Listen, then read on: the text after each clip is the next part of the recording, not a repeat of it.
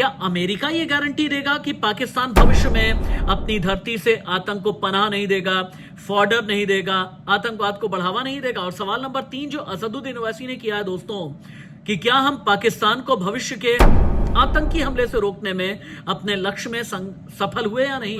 पाकिस्तान में आर्मी नहीं है, जनरल असीम मुनीर के गुर्गे हैं। और जनरल, तुम्हें भी सुनना चाहिए, तुम मुल्ला मुनीर बने हुए हो। एलओसी या इंटरनेशनल बॉर्डर, दोनों की मैं बात कर रहा हूं, वेस्टर्न कमांड साइड की तरफ ज्यादा ही एक्टिव किया गया है। लेकिन भारत के एयर डिफेंस सिस्टम ने अब जो संघर्ष विराम का उल्लंघन किया है, ऑपरेशन सिंदूर का के तहत ही आतंकवादी गतिविधियां या फिर आतंकवादी जितने अड्डे थे या फिर। दोस्तों नमस्ते, पहले तो आप सभी को आपके राष्ट्रवादी राशिद की तरफ से नमस्ते, राम राम। आप सभी बहुत अच्छे होंगे इसकी उम्मीद है।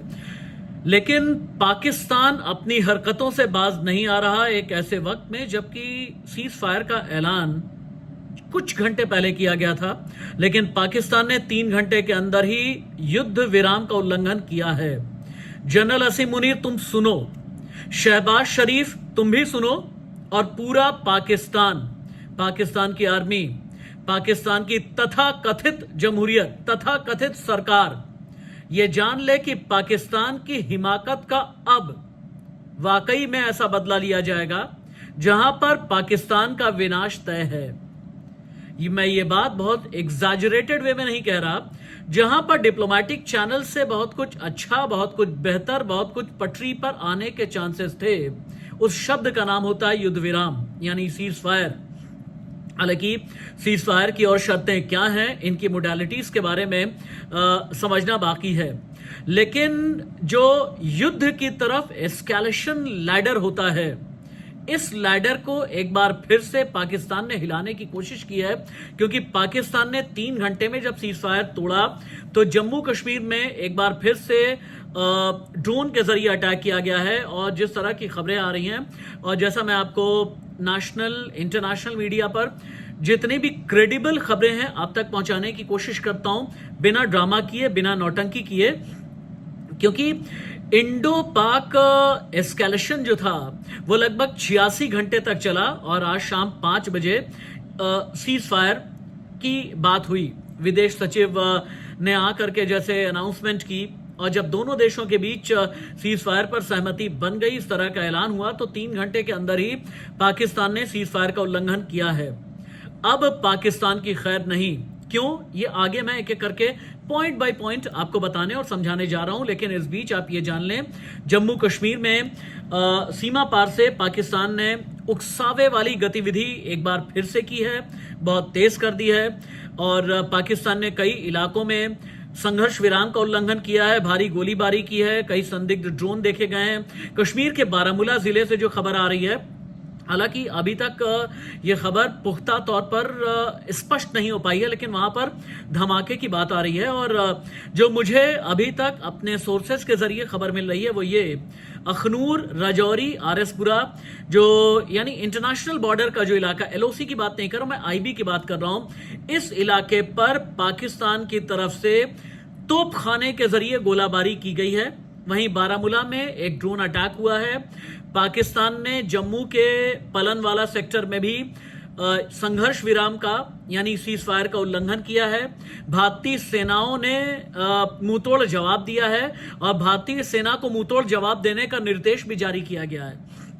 हालांकि इस घटना के बाद जम्मू के कई इलाकों में ब्लैकआउट किया गया है, और बारामूला से भी ब्लैकआउट होने की खबर आ रही है। और खबर इस तरह की भी है कि जो अंदरूनी हालात हैं, यानी इंटरनल पॉलिटिक्स के बारे में भी मैं आपको बता दूं, AIMIM के चीफ असदुद्दीन ओवैसी ने यह कहा कि पाकिस्तान के आतंकवादियों को पहलगाम के जितने गुनहगार थे उन्हें उनके अंजाम तक पहुंचना जारी रखना चाहिए था। और साथ ही असदुद्दीन ओवैसी ने यह भी कहा कि जब तक आप एक्शन ले रहे हैं तब तक ऑपोजिशन में रहते हुए भी सरकार के साथ और इंडियन आर्म्ड फोर्सेस के साथ मजबूती से असदुद्दीन ओवैसी हैं, और जितनी भी पार्टियां विपक्ष में हैं उन सभी को लेकर के उन्होंने बोला। लेकिन संघर्ष विराम को लेकर के 4 सवाल किए हैं असदुद्दीन ओवैसी ने। ये 4 सवाल क्या हैं? हालांकि 4 सवालों में मजबूती भी है। उन्होंने पूछा है, प्रधानमंत्री नरेंद्र मोदी के बजाय विदेशी देश के राष्ट्रपति ने क्या संघर्ष विराम की घोषणा की है? अगर ऐसा है तो इस पर क्लैरिटी मिलनी चाहिए। और अगर यह हुआ तो शिमला समझौता 1972 वाला शिमला समझौता का क्या हुआ? क्योंकि तभी से बात हुई थी ना कि दोनों देशों के बीच किसी भी तरह का कोई तीसरा हस्तक्षेप मंजूर नहीं किया जाएगा। और असदुद्दीन ओवैसी ये सवाल करते हुए कहते हैं कि अब हमने इसे स्वीकार तो नहीं किया। मुझे उम्मीद है कि कश्मीर मुद्दे का अंतरराष्ट्रीयकरण नहीं होगा, क्योंकि ये एक तरीके का आंतरिक मामला है। इसके अलावा असदुद्दीन ओवैसी सवाल नंबर 2 जो करते हैं वो ये कहते हैं कि हम न्यूट्रल मुल्क हैं, तटस्थ क्षेत्र में बातचीत के लिए क्यों तैयार हुए हैं? इस बातचीत का यानी 12 मई वाली बातचीत, यानी डीजीएमओ लेवल का की जो टॉक्स होने वाली है 12 मई की बातचीत में, इसमें एजेंडा क्या होगा?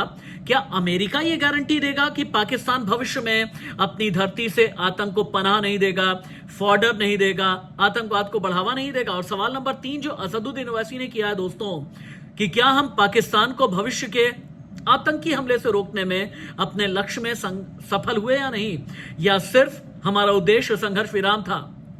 चौथा सवाल है, पाकिस्तान को एफएटीएफ की ग्रे लिस्ट में डालने के लिए हमारी अंतर्राष्ट्रीय मुहिम जारी रहेगी या फिर नहीं?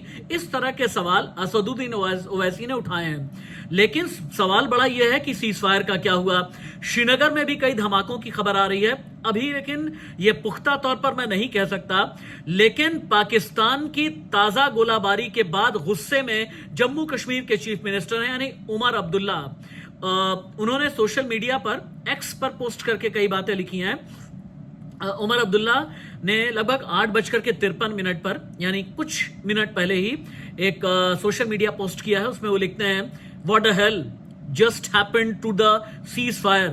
कहते हैं what the hell just happened to the ceasefire, explosions hurt across Srinagar. ये जम्मू कश्मीर के चीफ मिनिस्टर ने कहा है। उनका ये कहना है कि क्या हुआ संघर्ष विराम का, जो धमाके की आवाज सुनाई दे रही है श्रीनगर में, ये क्यों है? श्रीनगर के बीचों बीच चूंकि एयर डिफेंस यूनिट है, इसे पूरी तरह से एक्टिवेट कर दिया गया है। और उमर अब्दुल्ला ने कहा कि जम्मू कश्मीर में किसी भी तरह का सीज फायर नहीं है। हालांकि जम्मू के भी बड़े इलाके में ब्लैकआउट अनाउंस किया गया है। पठानकोट हो गया, गुरदासपुर हो गया, पंजाब की बात कर रहा हूं मैं, वहां पर भी ब्लैकआउट की स्थिति है। श्रीनगर में भी ब्लास्ट हुआ है। एंटी ड्रोन सिस्टम जो ड्रोन्स हैं उनको टारगेट कर रहे हैं। श्रीनगर में आर्मी हेडक्वार्टर के पास में लगभग 4 पाकिस्तान, यानी आर्मी स्टैब्लिशमेंट की तरफ अगर पाकिस्तान अनरेस्ट क्रिएट करने की कोशिश कर रहा है, इसका मतलब आप समझ रहे हैं कि क्या है? यानी पाकिस्तान के डिप्लोमेटिक इंटेंट, पाकिस्तान के पॉलिटिकल इंटेंट पर बहुत बड़ा सवाल है। भारत ने तो जहां जहां भी ऑपरेशन सिंदूर चलाया, ये आतंकी अड्डों को तहस नहस किया गया। लश्कर, जैश जैसे जो टेरर आउटफिट हैं, उनकी कमर तोड़ने के लिए किया गया। हालांकि जनरल आसिम मुनीर के जितने गुर्गे हैं, मैं गुर्गे ही कहूंगा, पाकिस्तान में आर्मी नहीं है, जनरल आसिम मुनीर के गुर्गे हैं। और जनरल, तुम्हें भी सुनना चाहिए, तुम मुल्ला मुनीर बने हुए हो, तुम्हें जानने की, समझने की जरूरत है जनरल, कि भारत आज की तारीख में तुम्हें करारा जवाब यकीनन देगा, यकीनन देगा। श्रीनगर में 10 से 15 धमाके, सांबा, रामगढ़ में भी अभी अभी खबर आ रही है कि ड्रोन गिराए गए हैं। कटरा में हालांकि उधर ब्लैकआउट घोषित किया गया है, क्योंकि कटरा के आसपास थोड़ा जो मेरे सोर्सेस बता रहे हैं कि कुछ आसमानी गतिविधि देखने को मिली है। पंजाब के होशियारपुर में ब्लैकआउट का अनाउंस किया गया है। अमृतसर के डीसी ने कहा कि ब्लैकआउट की घोषणा की जा रही है। और बीएसएफ को पूरी ताकत के साथ पाकिस्तानी युद्ध विराम उल्लंघन का जवाब देने के लिए कहा गया है, चूंकि बीएसएफ यानी बॉर्डर सिक्योरिटी फोर्स, जिसे हमारी फर्स्ट लाइन ऑफ डिफेंस कहा जाता है, वो चाहे आप एलओसी या इंटरनेशनल बॉर्डर, दोनों की मैं बात कर रहा हूं, वेस्टर्न कमांड साइड की तरफ ज्यादा ही एक्टिव किया गया है। और इस बीच पाकिस्तान का मनोबल गिरने की खबर तो आई है, लेकिन अपनी हरकतों से पाकिस्तान बाज बिल्कुल भी नहीं आ रहा है। श्रीनगर के लाल चौक के आसपास भी कुछ सस्पिशियस आसमान में कुछ गतिविधि देखी गई है। उधमपुर में धमाके की आवाज आई है। भारत अपनी शर्तों पर, याद रहे, अपनी शर्तों पर भारत युद्ध विराम के लिए राजी हुआ, लेकिन भारत के एयर डिफेंस सिस्टम ने अब जो संघर्ष विराम का उल्लंघन किया है उसे पूरी तरह से नाकाम किया गया है। पाकिस्तान के ड्रोन अटैक को नाकाम किया गया है। और हालांकि कुछ देर पहले ही अमेरिकी राष्ट्रपति डोनाल्ड ट्रंप ने अपने ट्रूथ सोशल हैंडल से ऐलान किया था संघर्ष विराम को लेकर के उन्होंने बात बोली थी। इसके कुछ देर बाद पाकिस्तान के जो उप प्रधानमंत्री इशाक डार, उन्होंने भी अपने एक्स हैंडल में इस पोस्ट की पुष्टि की थी। 22 अप्रैल को आप याद कीजिए कि पहलगाम में आतंकी हमले के बाद से लगातार तनाव जारी है। पहलगाम हमले में आतंकवादियों ने 26 पर्यटकों की गोली मार करके हत्या कर दी थी। इसके बाद 7 मई को ऑपरेशन सिंदूर चलाया गया था।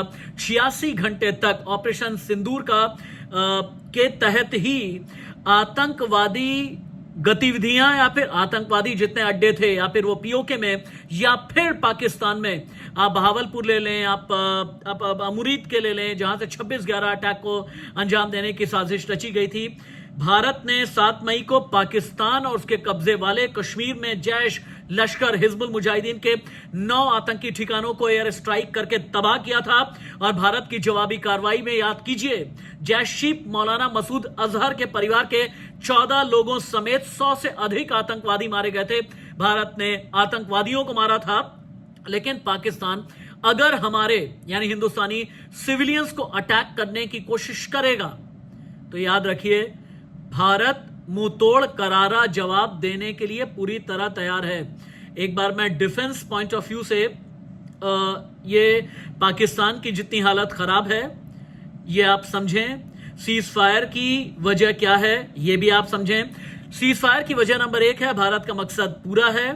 कॉस्ट ऑफ टेररिज्म बढ़ाया है। भारत का इरादा आतंकी हमलों का कड़ा जवाब देना था। यानी 7 मई को पाकिस्तान और पीओके के 9 आतंकी ठिकानों पर हमले के बाद एक तरीके से भारत का मकसद पूरा हुआ। एस्केलेशन लैडर में अगला पड़ाव था रैंप ऑफ।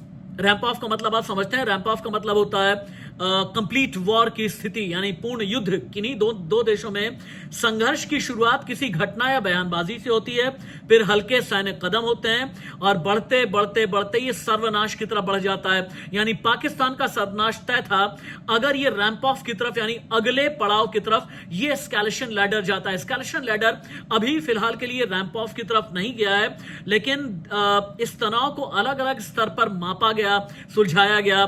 डिफेंस और इंटरनेशनल रिलेशंस की भाषा में एस्केलेशन लैडर यानी तनाव की जो सीढ़ी होती है, और इसी में अगला कंप्लीट वॉर जैसी सिचुएशन आ जाती है। लेकिन भारत और पाकिस्तान इस वक्त एस्केलेशन लैडर की चौथी सीढ़ी पर थे। इसके बाद या तो रैंप ऑफ होता है यानी पूर्ण युद्ध होता है। और एस्केलेशन लैडर कितने होते हैं ये भी आप समझें। 7 अलग अलग एस्केलेशन लैडर्स हैं। पहला तो यह कि आप कूटनीतिक विरोध किस तरीके से किया जा रहा है, यानी बातचीत, चेतावनी, विरोध दर्ज करना। उसके बाद से फिर आर्थिक प्रतिबंध, यानी आप इकोनॉमिक कॉरिडोर्स जितने भी हैं, जितने तरीके से डायरेक्ट और इनडायरेक्ट दोनों ही बंद कर देते हैं। इंपोर्ट एक्सपोर्ट पर रोक लग जाता है। थर्ड एस्केलेशन लैडर होता है जहां पर सैन्य तैयारी दिखाई जाती है, यानी अगर इंडियन आर्मी, नेवी, एयरफोर्स अगर ट्रूप्स मोबिलाइज हो रहे हैं और फौज तैयार हो रही है, ये थर्ड एस्केलेशन लैडर है। इसके बाद फिर जो फोर्थ एस्केलेशन लैडर होता है ये होता है सर्जिकल स्ट्राइक या फिर एयर स्ट्राइक या किसी भी तरह से कोई सैन्य झड़प या गोलीबारी, यानी एक तरीके से सीमित झड़प होती है, यानी फोर्थ एस्केलेशन लैडर तक पहुंच गए हैं। इसके बाद एस्केलेशन लैडर में 3 स्टेप्स होते हैं। पहला है पूर्ण युद्ध, दूसरा है छोटे परमाणु हमले और तीसरा होता है सर्वनाश, यानी बड़े पैमाने पर अगर न्यूक अटैक किया जाता है। लेकिन कहा यह जा रहा है कि डोनाल्ड ट्रंप को यह पता है कि भारत कितनी बड़ी ताकत है। भारत के साथ में व्यापार, डिफेंस डील, इन सभी तरीके से डोनाल्ड ट्रंप जानते हैं कि भारत को जंग में उलझना ज्यादा नहीं चाहिए। अमेरिका की मध्यस्थता में एक बातचीत होनी चाहिए, इस तरह का इरादा रखते हैं डोनाल्ड ट्रंप। लेकिन भारत ने शिमला समझौते के बाद से एकदम क्लियर करके रखा है कि अंतरराष्ट्रीयकरण कश्मीर का नहीं होने देंगे, अंतरराष्ट्रीयकरण भारत पाकिस्तान इशू का नहीं होने देंगे। और हां, अमेरिका की सोच यह है कि 3 अलग अलग लड़ाइयां यानी बड़े युद्ध अगर पूरी दुनिया में होने लगे, हालांकि पूरी दुनिया में लगभग आप मान के चलें 31-32 छोटे बड़े टकराव हो रहे हैं, लेकिन बड़े युद्ध जैसे रशिया यूक्रेन का युद्ध चल रहा है, फिर इधर आप आ जाएं इजराइल और गजा के बीच जो चल रहा है, हमस और इजराइल के बीच अगर बेहतर आप समझें, अमेरिका नहीं चाहता कि एक और वॉर फ्रंट और भी ओपन हो जाए, क्योंकि जैसा मैंने बताया अलग अलग वॉर फ्रंट ओपन है। चाइना ताइवान वाला वॉर फ्रंट ओपन है, फिर उसके बाद रशिया यूक्रेन का वॉर फ्रंट है ही, इजराइल गजा का है ही, और यूरोप है, अमेरिका है। पूरी दुनिया नहीं चाहती कि भारत किसी जंग में उलझे, क्योंकि भारत का कई देशों के साथ में ट्रेड है।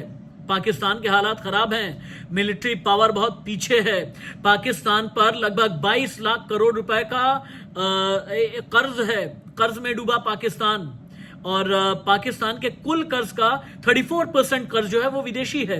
इसीलिए अमेरिका भी नहीं चाहेगा, यूरोप नहीं चाहेगा, क्योंकि भारत की सेना पाकिस्तान के मुकाबले बहुत ताकतवर है और पाकिस्तान पर भी कूटनीतिक दबाव डाला जा रहा है। भारत पाकिस्तान टकराव का इतिहास तो है, लेकिन अब संघर्ष विराम का उल्लंघन करके पाकिस्तान ने खुद अपने पैर पर कुल्हाड़ी मारी है।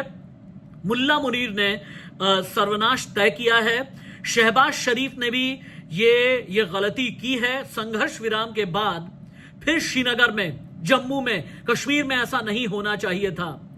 युद्ध के जितने भी अपडेट्स हैं आप तक क्रेडिबल तरीके से आपका राष्ट्रवादी राशिद पहुंचाएगा। जय हिंद, जय भारत, नमस्ते।